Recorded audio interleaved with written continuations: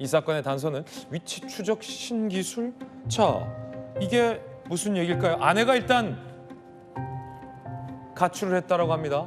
그런데 남편이 아내를 찾았다고 합니다. 뭐로 찾았을까요? 서울에 거주하는 부부. 지난달 아내가 가출했어요.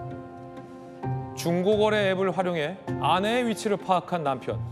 그런데 흉기를 소지 후 동탄 신도시 일대를 배회했다. 아내를 마주치자 흉기로 협박을 했다. 경찰은 현행범으로 체포를 했습니다. 경찰, A씨가 중고거래를 미끼로 B씨를 불러낸 건 아닌 것으로 보인다. 별다른 과거 신고 이력은 나오지 않았다. 자, 그럼 이 남편은 왜 그랬을까?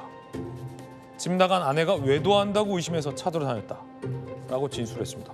아니, 의문투성이 사건인데 일단 프로파일러님, 이거 뭐 중고거래 어플을 어떻게 찾은 겁니까?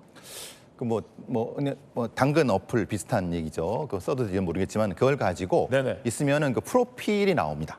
그 프로필에 그 지역의 프로필이 나옵니다. 그러니까 그 남편은 그 지역에 본인의 아내와 유사한 형태의 나이대라든가 아니면 취향 같은 거를 프로필을 찾으면은 그게 유사하게 어느 지역이 찍힙니다.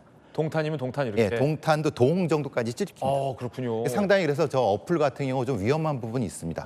물론 경찰들도 저 어플을 이용해서 범죄 수사에 이용하기도 하지만은 사기꾼들이나 범죄자도 저는 이용을 하거든요. 그러니까 거기까지는 확정했으면은 저 남편은 거기를 돌아다닌 겁니다. 그렇군요. 마주칠까 봐.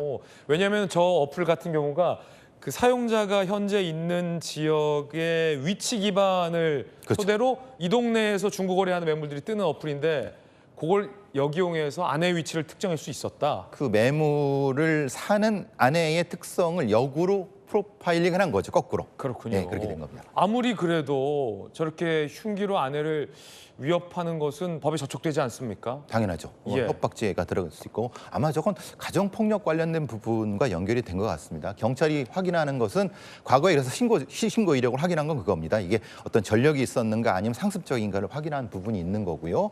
그런 부분이 있고 앞부분에 있어서 이제 어떤 특정한 어떤 그 불러낸 경우는 있냐. 그건 또 다른 법 적용이 되거든요. 근데 불러낸 것 같지는 않고 그냥 거기를 남편은 도로 댕긴 것 같습니다. 마주치려고.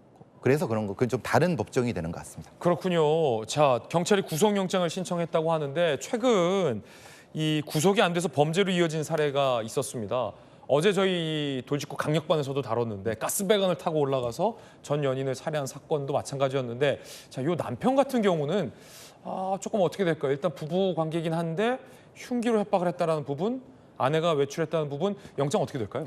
이제 앞 사건 같은 경우는 스토킹 방지법에서 사실은 조금 부실한 부분이 있었지만 이건 가정폭력방지법 쪽과 연결되기 때문에 그렇군요. 구속영장이 발부될 가능성은 높지만은 문제는 요새 같은 경우는 사실은 조금 구속영장이 조금 적게 나오는 부분이 좀 있는 것 같습니다. 그래서 저도 이 부분은 좀 의심이 가는 부분이 있거든요. 근데 분명한 경우는 이 아내분은 굉장히 공포에 떨 거거든요. 그러니까 경찰의 선제 조치가 필요한 부분 같습니다. 영장 나오는 것과는 별개로. 일단 경찰이 선제적으로 보호를 해야 된다. 예. 아내의 외도 여부는 그건 그 차후의 문제죠. 차후의 문제라는 말씀. 강력한 프로파일러, 배상훈 프로파일러와 함께 오늘 여러 사건의 단서 한번 풀어봤습니다. 앞으로도 돌직구 강력반 맡아주십시오. 예, 알겠습니다.